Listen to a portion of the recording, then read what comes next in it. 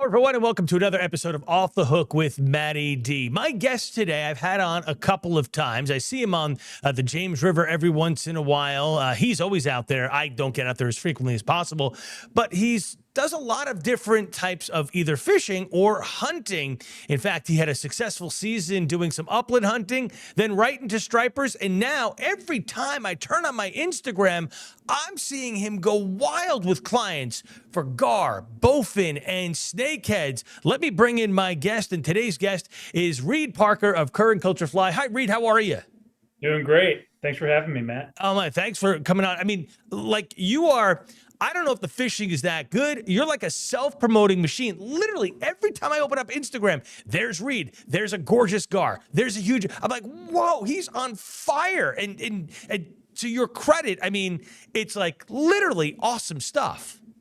It's been a fun time, and I think a lot of people are just kind of, coming around to these fish, as really just a fun fish to target on a fly rod. All three of them, gar, bowfin, and snakehead. And, they're pretty close to pretty much all of the major metropolitan areas kind of here in central Virginia. So I've been lucky enough to bring people out who want to target them and are just as excited to fish for them as I am. Yeah, and we're going to talk all about the differences of them, what they look like, and what you're doing with them. But can we roll back for a second? I started off by saying your upland hunting season was really successful. I think part of that was the fact that the winter wasn't super harsh. So tell me a little about your upland hunting, because the last time I had you on, it was you and your dad, Robbie, and I mean, it was a great show.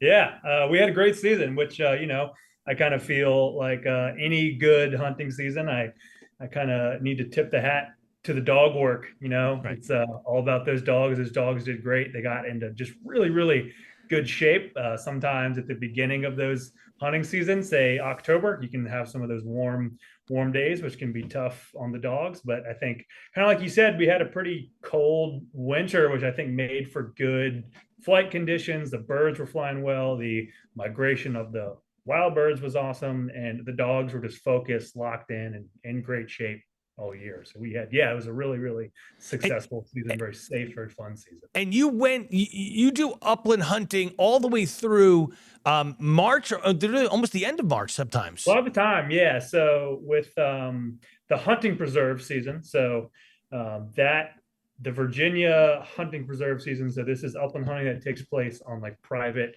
reserves where these birds are stocked, not too dissimilar from, say, like a stocked trout stream. Right. We're all pretty familiar with like private stocked trout streams. Kind of a similar situation going on there. That season, I think technically comes in September and goes to the end of April, but most hunting preserves in Virginia, they start around October, wait for that weather to cool off some, and then they usually wrap it up in March. Just kind of, again, gets warm. It's not great for the birds. The birds don't fly as well, and it's not great for the dogs. Right. And then you're coming out of that, and before you know it, I mean, you're just living life on the James River, because striper season is in, and of course, shad season as well. And this year, I mean, stripers were just, I mean, it's like they were jumping in the boat.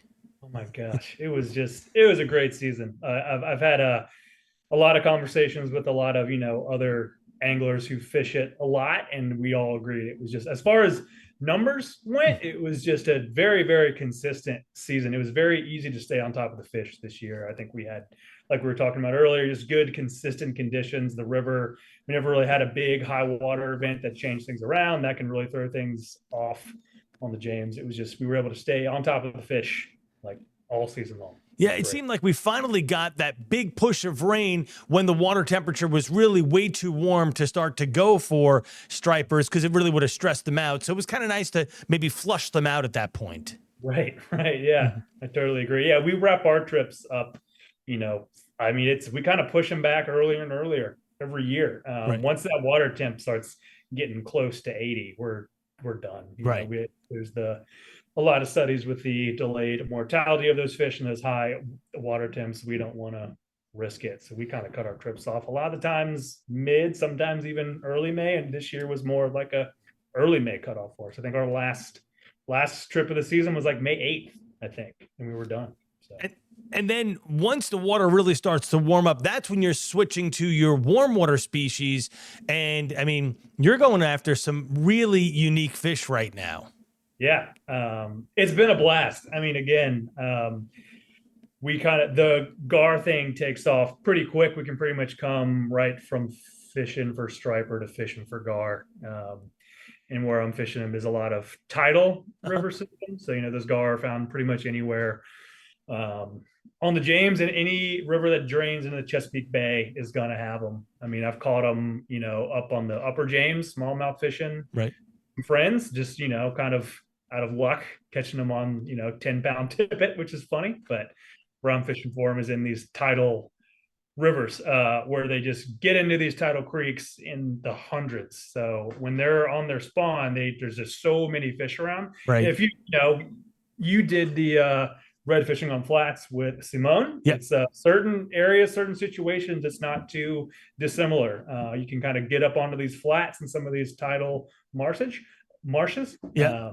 And you can see 100 fish up on a flat, not quite schooled up like redfish, but you're seeing lots of groups of fish. You get lots of opportunities. So it's like 5 fish here, 5 fish there, and so smaller groups, but consistent groups. Exactly. Yeah. So when they're spawning, they'll be in what I call like a pod. So you'll have one large female fish with like maybe anywhere from 3 to 4 smaller males on it. And they're kind of cruising around.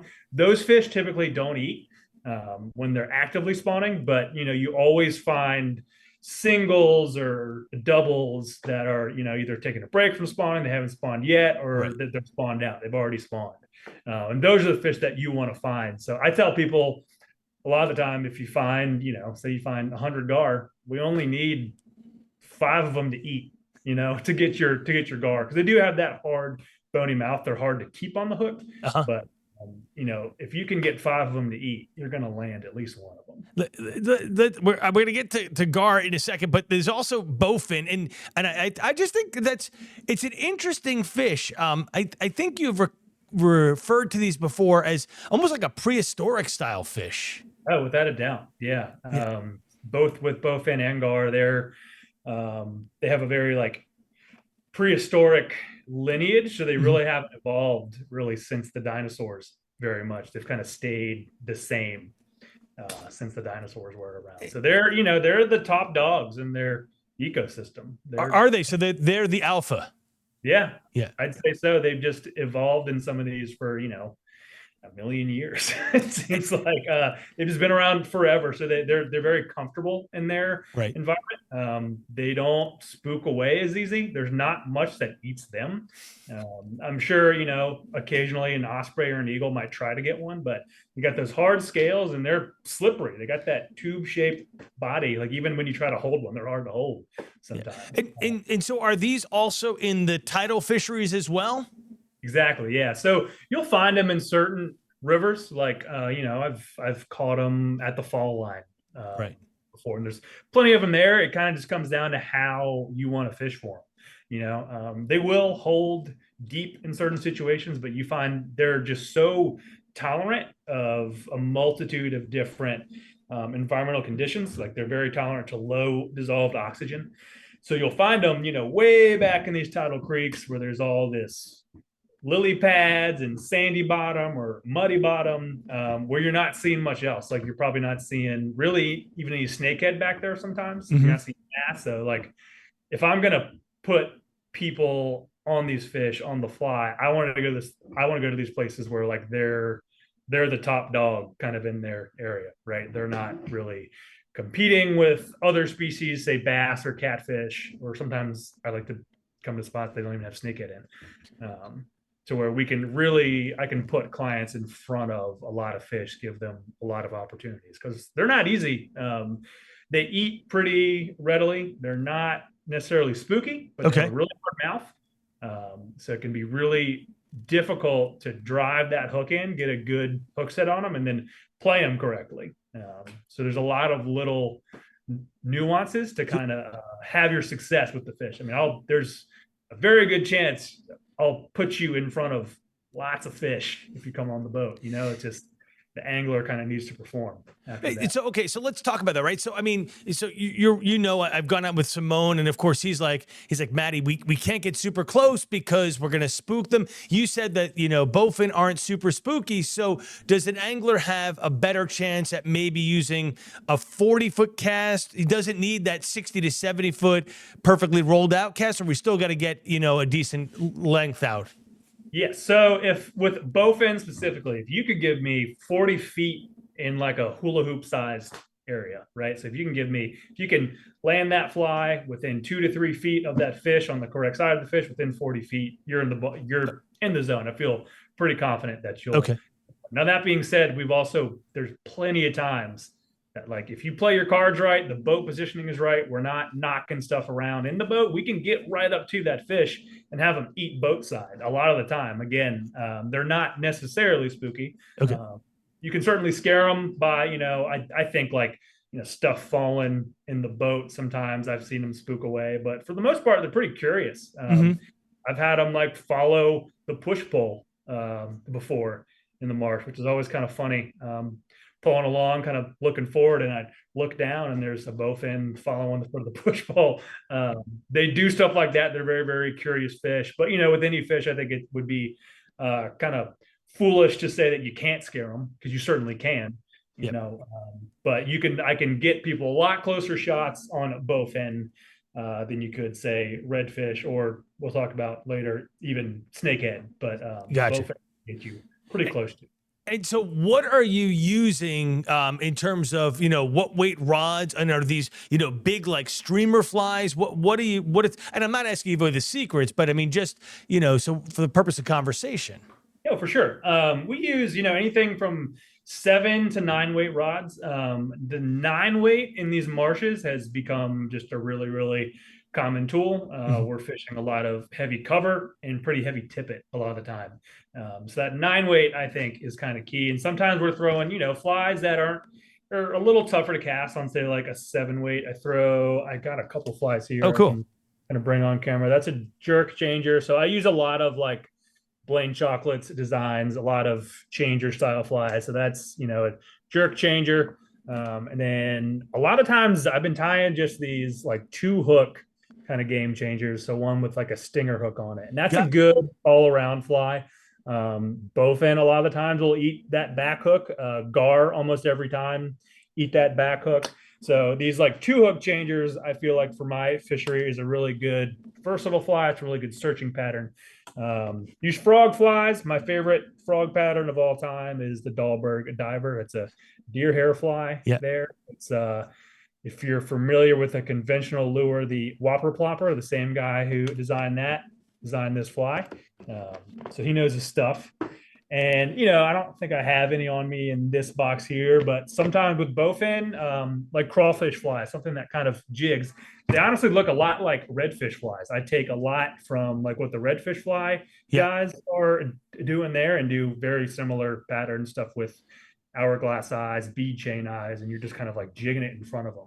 And that kind of works really well with those short shots. So obviously the frog with all the deer hair is a floating top water. Are the other ones just under the top water column, like high water column? Yeah, so they're all subsurface. So, the game changer flies, they're all what I would call like almost like a suspending bait fish kind of fly. Sometimes I'll put a piece of shot on there. But most of the time, if I wanted to get down a little bit more, I'll fish it intermediate line. But if I had to bring one line out there, it would just be a standard floating line. Standard floating line, and just let it subsurface. Line. Yep. Something with a big, heavy head to turn these heavy, not super heavy, but just like not very aerodynamic flies. You want something that can kind of turn it over. Exactly. So that 9 weight helps with that as well. 8 weight's fine. 7 weight, if that's what you got, that's what you got. I mean, I've caught bowfin on 6 weights, kind of silly. I do think that 8 and 9 is like the way to go. If I had to have one, just that 9 weight.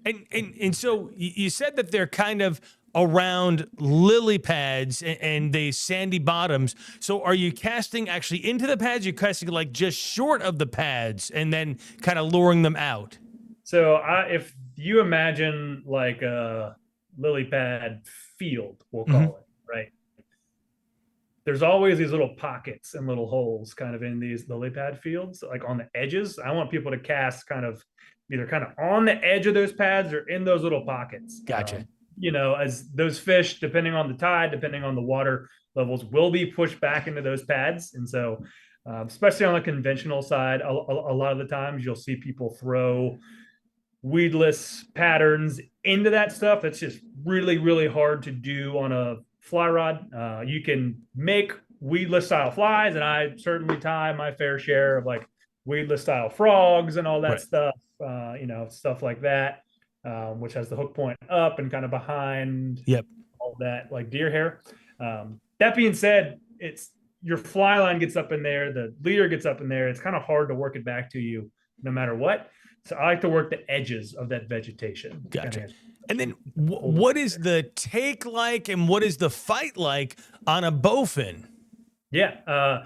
Bowfin are cool, man. A lot of the time I love to sight fish for them. Like that's when people get on my boat, that's what we're trying to do. I'm really trying to like look for optimal sight fishing days, good sunny days, to be honest. I mean, I know cloud cover, there's a lot to be said about cloud cover and fish coming out to eat. But I think if I'm going to sight fish, I want a good, bright, sunny day. Right. That's across the board for any species. So I want a good, bright, sunny day, good sight fishing conditions. And then, not having to put in super big casts, like within that 40 feet range. Sometimes it's right off the boat, just kind of drop that little fly like right in front of its face and just kind of drag it and drop it, and they'll take it kind of on that drop. So sometimes you'll find them, less than a foot of water, less than 2 feet of water. And when that happens, the take is pretty explosive. It's super fun. A lot of times they just kind of hammer it with a bowfin. They had that long dorsal fin on their back. That one's kind of folded down in that picture there, but they got this long dorsal fin. And when they're kind of like thinking about hitting something, that dorsal fin just starts to wave a bit. And they're either going to do one of two things. They can hit the like reverse button. So there's not many fish that can just swim straight back like that. Most fish have to kind of do a weird little thing like that to go back, or they have to completely turn around. A bowfin can just like wiggle that dorsal fin and reverse. So when that happens, they see something they don't like. A lot of the time when I see that, it's, you pause the fly for too long, or you just showed them something that they didn't want. But half the time when they wiggle that fin, they're going to pounce on it. And they freak out. Like when you poke them, it's a good, strong fight. I mean, like most freshwater fish, they're not peel and drag or anything, but they're going to make some runs. They're going to make some good, quick runs, and they're going to bulldog you pretty hard. And they're just going to splash and jump. And sometimes the fight doesn't end when you get them in the boat. They keep freaking out. And the tail here, I mean, obviously gives it a lot of power to try to get away and give you that bull run as you were talking about. Yeah. I mean, if you look kind of how that tail attaches to the body, it's nothing but muscle there. Right. It's just pure meat. So yeah, they've got a lot of leverage. They got that kind of tube shaped body. I know there's probably a biological term for that that's slipping me right now, but it's all good. They've got a lot of leverage is really what I'm kind of getting at. They're kind of just built to fight. They're tough fish, super cool, like just very inquisitive, very curious fish, which I think makes them super fun to target. The next fish I want to talk about is gar, and they're so interesting. The very slender bodies. You're releasing one here in this video with this long snout, and the snout has got like thousands of razor teeth on it. I mean, just incredible. In fact, I'll bring up a picture here. These are so cool. Same type of water again. We're talking tidal water, and looks like you're fishing right against, big weeds, big tall grasses and all. Yep, exactly. So pretty much, I call these fish the big three because, we can fish for a lot of the time, depending on what clients want to do. We can fish for all three in a same general area off of the same boat launch kind of thing. We can do all three, and gar are a really good way to kind of keep the action hot. Bowfin and Snakehead on fly rods are challenging. They're hard, and sometimes we all have those days where we're like, man, we're just not finding them, or they just don't want to eat, or we can't get it right. Something's happening. Mhm. Are just always there for me. So I can get them to eat pretty consistently. The unique challenge with gar, I think, is hooking them and getting them to stay on that hook and fighting them. So I don't use rope flies. I know some people like to use rope flies. The idea there is you use like a fly tied with untangled rope or some sort of material without a hook that tangles in those razor sharp teeth there. I've done it. I just don't love it. You have to play the fish really delicate. He doesn't really feel it, so they don't fight as hard. And you can't really put pressure on them or you'll like yank it out. And just from like a conservation standpoint, if you break that fish off when it's got that rope in its mouth, they can't ever open their mouths ever again. They starve to death or sometimes even suffocate because they can't come up and gulp air properly. Because all three of these fish are air gulpers. They come up to supplement their oxygen intake by coming up and gulping air. So that's another reason why I like to use hooked flies. They are difficult to both set the hook and keep the hook pinned, but I think that provides a really unique challenge. That's what makes these fish fun to land, and I think when you get that fish to hand, it makes it all the more special. And when I'm looking at this picture, I'm going to bring it up full for you as well. I mean, this looks like it's all bone and teeth. So that's why you're saying it's really a trick to set the hook. Is it kind of a strip thing, like, or is? I mean, I'm not trout setting, am I? Definitely don't want a trout set. You will not get good hook penetration on a trout set. You want good strong strip set. And I tell folks, once he's on, I mean, not that they won't go on the reel and take drag. If you get a really big fish, I'm talking, when these fish get up into like the 40+ inch range, they almost fight differently. They jump more and they do go on these longer runs. So there are instances where you might need to take them on the reel, but what you really need to pay attention to with these fish is your rod angle when you hook them. What I've seen a lot is people set the hook on that fish and they bring that rod kind of straight up, right? That's a pretty common thing with fly anglers, right? Especially if you've spent some time trout fishing. Is you set that hook and then you're bringing your rod up here and you're stripping like that. You don't want to do that with these fish. You want good side pressure. Interesting. So I tell clients, like, get that rod tip like down, keep a good bend in that rod, but get that rod tip down. You need that kind of side pressure on them because you bring that rod up even a tad bit, especially as they get close to that boat, like you hardly ever have great hook penetration in their mouth. Like it's a lot of the time not even in the barb. So it's like if you lift that rod, it's a spring and it's just going to come right out. So yeah, there's two ways they get hooked. That one in that picture there, that was a great hook set where that hook was like that back hook was in that fish's mouth. Side of it, the hook was set inside the mouth. That fish wasn't going to come undone. They get hooked there, and then in the very back of their mouth, it's a little bit softer. Gotcha. There, so they get hooked there a lot. On the very point of their snout, that's a really tough place to set the hook. That's like the boniest part of their snout. I think they use that part of their snout to kind of like poke through weeds, poke around. So I think it's very calloused on the tip of that snout there. So super tough to set a hook there. Yep. So you want, ideally you want those hooks kind of set towards the back of their mouth, which is kind of what I was saying earlier, where it's like a lot of the times you'll get to tangle with a few fish. So say there's certain days where like, all right, you hooked maybe 5 or 6 gar, but you landed 1 or 2. Right. That's pretty standard numbers a lot of the time with clients, but you get the fun part, you get the fight, you get the jump, but the goal of course is always to land one, get one to hand. And you see just how cool they are when you get them up close. They don't even look like a fish almost. No, I mean, I look at this on the big picture here and it's got that Bowfin style tail, right? Yeah, And you said before, like it's all muscle to the tail. And then, I mean, such a slender body, I'm sure they must just kind of, race through the water and I'm guessing, when they fight and they turn sideways, it's not like they're displacing a lot of, they're not a broad fish, right? We have a lot of girth. So yeah, just pretty interesting stuff. Yeah.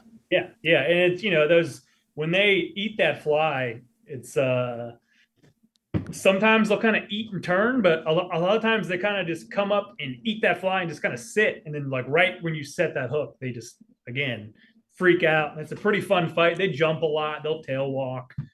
Just a super exciting, fun fish. Really? So they'll tail? I didn't know that. Yeah, yeah. They'll tail. So how many clients then go, oh, and it just it's gone? Like, because I mean, anytime you see a fish tail walk, your mouth drops, the rod goes up instinctively, and everything's all over at that point. Yeah, it happens a lot. I'd say most clients, if they haven't fished for gar, I mean, everyone loses some. I mean, I took Simone out there, Keegan and I fished together for gar a lot, and we kind of switched places. One person on the pulling platform, one person on the bow, and we both miss fish all the time. They also love to like run at the boat when you hook up.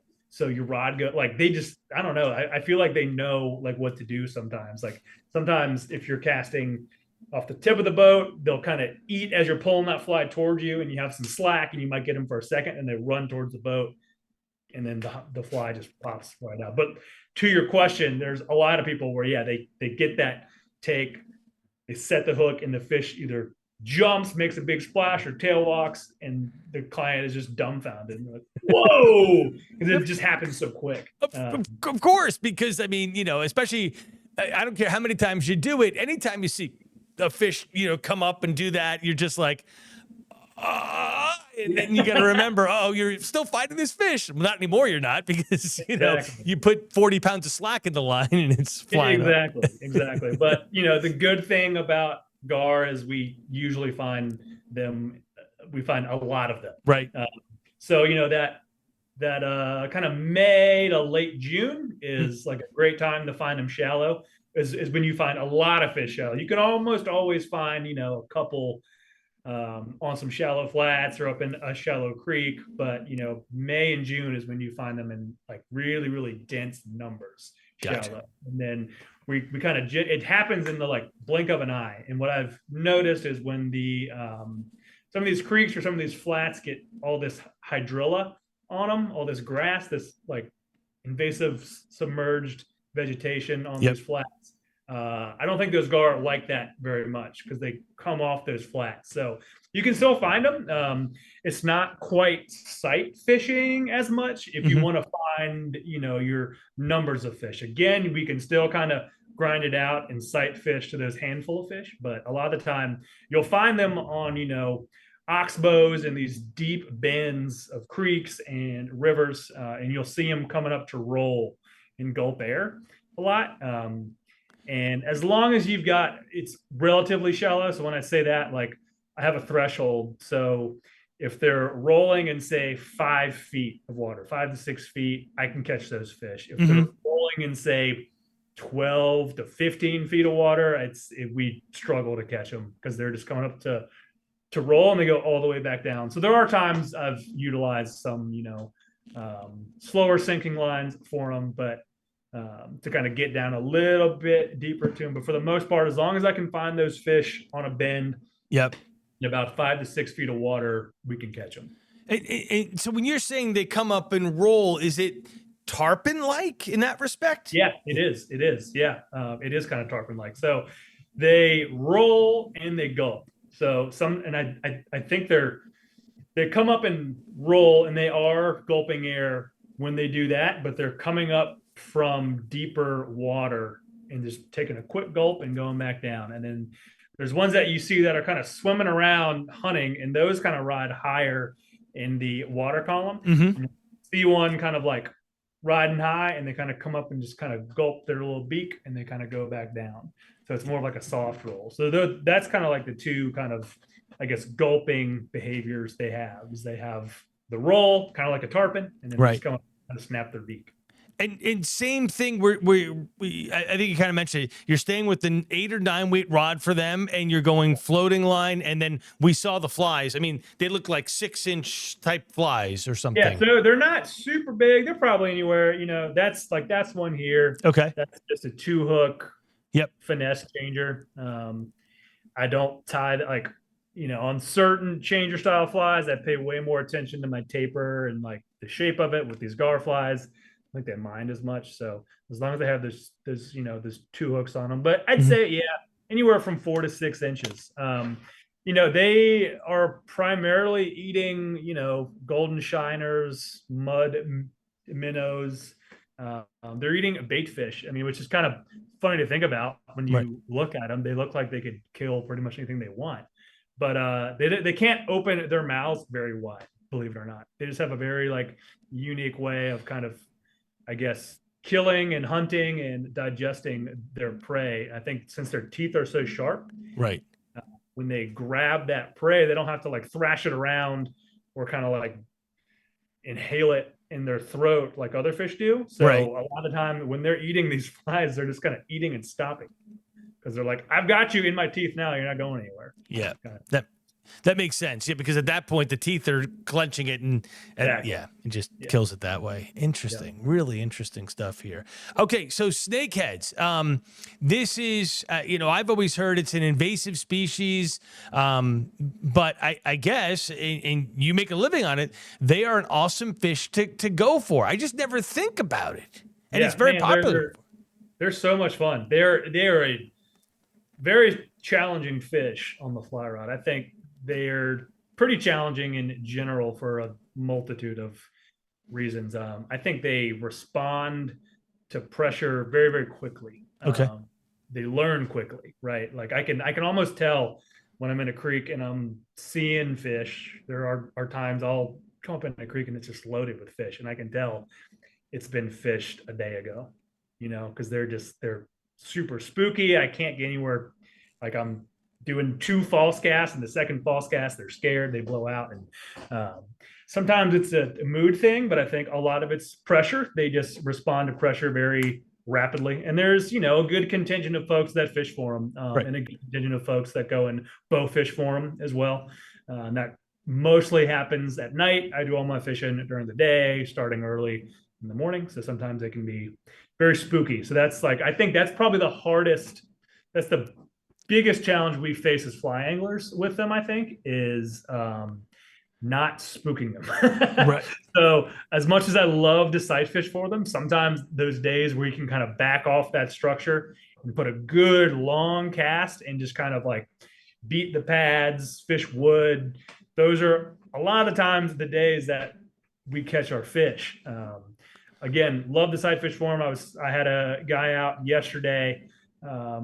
Again, had a good sunny conditions, kind of pre-front. It was a few hours before that storm rolled through, Yep. which I love fishing for anything in pre-front conditions. I think like bass, bowfin, snakehead, anything pre-front, I'm feeling pretty good about. And he did great. And again, it's like getting this weird numbers game. I mean, I think he hooked up with 4 fish, but landed one. So it's like one of those things where, I mean, this is his first time fishing for Right. snakehead. So he did great. We had that good feedback, but I told him, I was like, man, there's some days with clients I go 8 hours to get 2 eats. Sometimes they're just very, very challenging, but extremely rewarding. Very cool fish. I know they are in invasive fish, so I do have folks sometimes that want to keep them. I put most of mine back, to be honest. Yeah.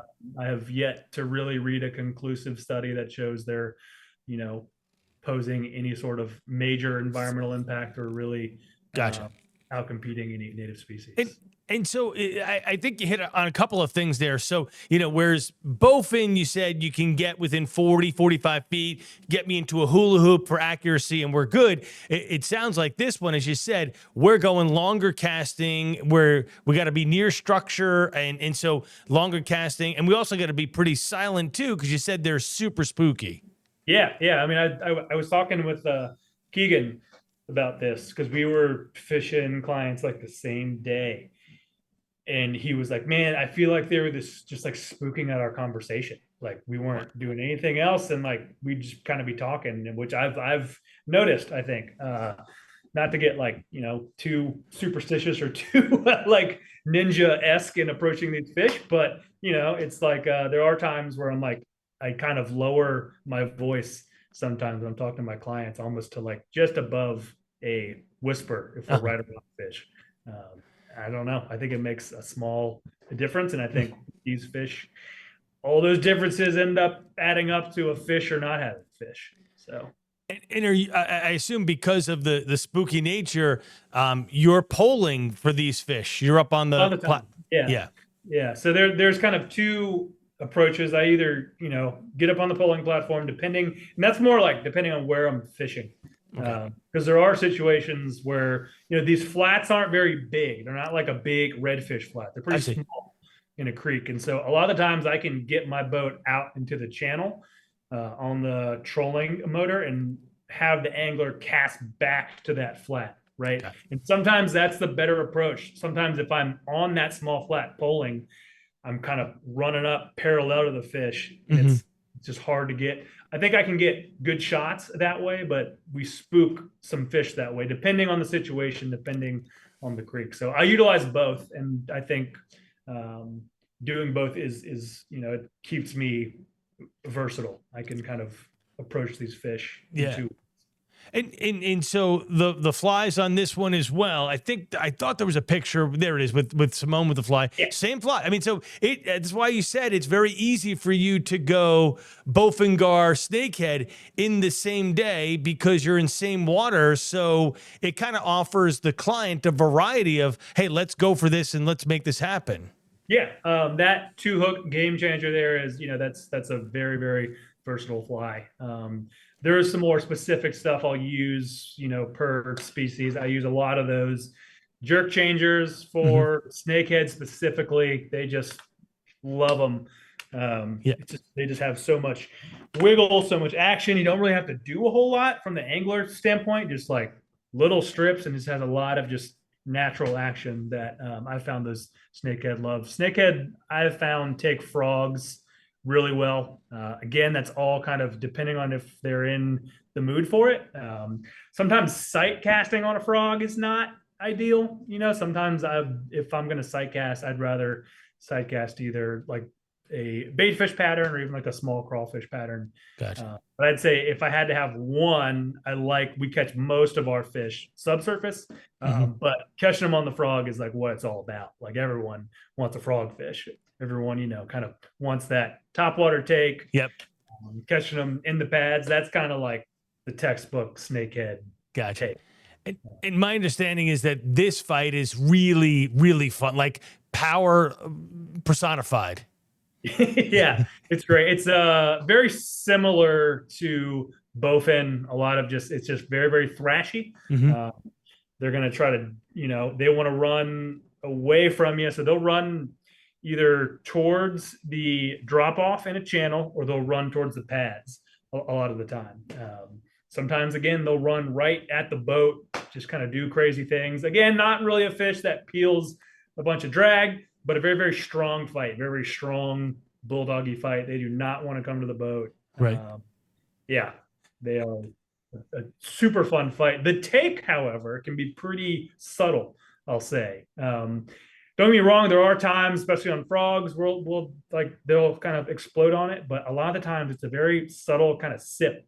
Like if you've done much like smallmouth bass fishing on top water, like on bugs, when you had that kind of like almost like toilet bowl flush kind of sip.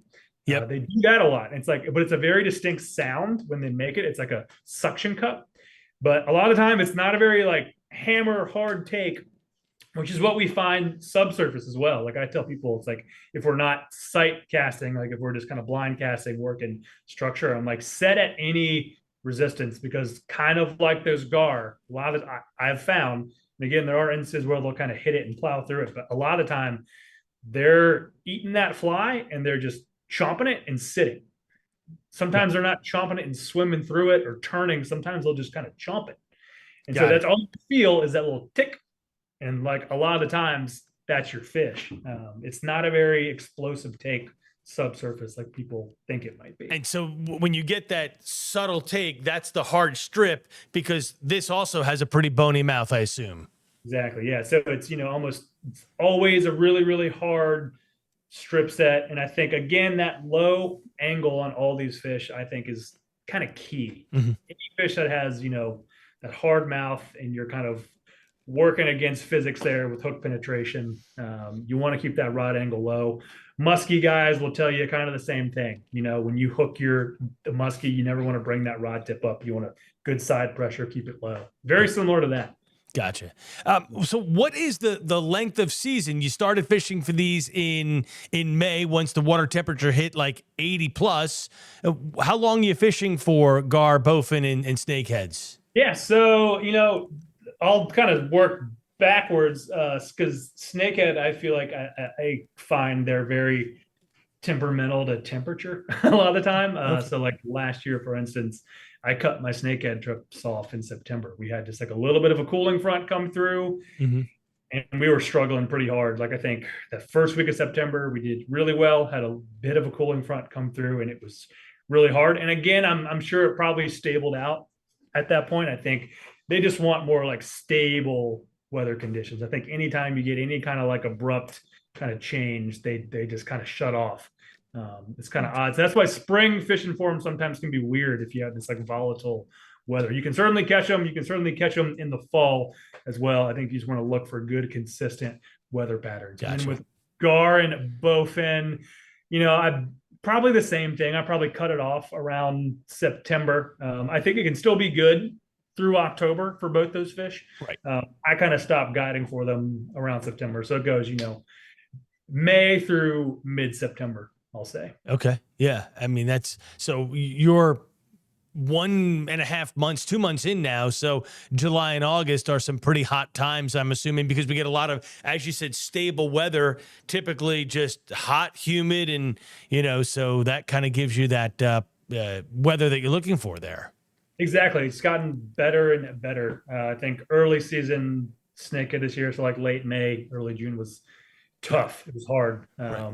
Fish were spawning, not consistent weather, but I swear it was like once that really hot weather set in, it was just game on. And then once you're into the beginning of fall, do you switch back into some stripers, or usually like immediately we're going upland hunting and that's where my game is now? Yeah, like September, and I mean, really September through like beginning of November is again kind of just a crazy time of year where I'm doing a little bit of everything. We do these saltwater fly fishing classes in the fall, so Hmm. we're doing those almost, I think, for like a month. We do them every weekend in Virginia Beach, which is great. Been doing some striped bass and then largemouth stuff in the fall as well. The bass fishing gets really, really good in September and October on fly because we're throwing a lot of topwater bugs. So those are great, like beginner style trips. But I've had people of all skill levels come out for those bass trips in the fall because the action is pretty hot and it's pretty much exclusively topwater. We're throwing dragonflies, boogle bugs, almost kind of like smallmouth fishing, just more on a lake or on a tidal system. Right. A lot of time. I brought up the on your website because you mentioned the saltwater classes. Yeah. They're posted for people to join October 19th, 2025, and also October 26th, 2025. And you and Simone, you guys, I mean, do a heck of a job with this. It's an 8-hour class. You're out on it's instruction, and then it's 4 hours of fishing. I mean, it really is. It's almost one-on-one. I mean, it's 4 guides and eight people. It's incredible. It really is good stuff. It's a super fun time. There's a lot that goes into it, and I'll shout out Simone here. That's kind of his brainchild, and he's done such a good job with the curriculum there. He kind of handles most of like the classroom Right. portion. He's got some really good info, and then we have Simone, myself, Captain Keegan Lemke, and then Captain Wayne McMasters of Tidewater on the Fly. I'll go out and take all the participants to fish for a half day after that. And I mean, I think we did 3 or 4 of them last year. And I mean, during the half days, everyone caught plenty of fish. The speckled trout gets so thick in the lower bay that time of year. It's like you just find that school and you're catching fish every cast. It's great. makes it fun for sure. Just to bring people up to speed here, of course, it's currentculturefly.com. That's where you can find out about the guides. And there's Reid Parker, and you can learn about the waters that he fishes: James, Rappahannock, York, Pamunkey, Mattaponi, the different types of fish. We just talked about gar, snakehead, bowfin. You do largemouth, smallmouth, as you said. Guided trips. You can go into the different types, the warm water. And of course, on the bottom left is the request a trip. And there you go. You can do the, there it is, fishing for northern snakehead, long-nosed gar, warm water species, and then even the hunting is there. You got it all going on. It's all there. Yeah. Yeah, it's really, really incredible. So you're busy. How are things right now? Are there some openings in your schedule for people who are listening, watching, that want to get out for gar, bowfin, and snakehead? There are, yeah. So I've got some late July. Most of this, like front half of July, is pretty booked, but I've got some late July, and then pretty flexible in August right now. And August is a great time to get out. That's kind of, that's kind of peak season, to be honest. Oh, really? Okay. Yeah, I'd say, August is when kind of this. July and August are my favorite 2 months. June can be kind of moody sometimes, but like you said, July and August is really consistent conditions. So the fishing tends to be pretty good for those species that time of year. Awesome. Well, hey, Reid, I can't thank you enough for joining me. As we talked about it before the show, you were on last year at this time when we first started Off the Hook with MattyD. You were then on with your dad. You haven't been on since then. And we talked about upland hunting. I've got to have you on more. So as long as you're good with that, I'm going to call you up as many times as possible. I'm great with it, man. Yeah, thanks for having me. It's fantastic. I'm gonna let me just finish up here real quick. Once again, we've been talking with Reid Parker, and if you want to know more, you can go to currentculturefly.com again to learn more about the waters that he fishes. He's under our guides, the classes and events. Of course, the two classes that he talked about: the saltwater classes, October 19th, 2025, October 26th, 2025. Hey, and don't forget, this is a big thing that they do. The Panfish tournament, which is a lot of fun, is going to happen. The date has been picked, hasn't been posted here yet. And of course, you can request a trip, and there's so many different trips there. But there's the long-nosed gar, the snakehead, warm water species, and of course, the upland hunting, pintail hunts, and so much more. So check it out. Again, it's currentculturefly.com. Again, my guest today has been Reid Parker from Current Culture Fly, talking about gar, long-nosed gar, bowfin, and snakeheads. And we'll see you again for another episode of Off the Hook with MattyD.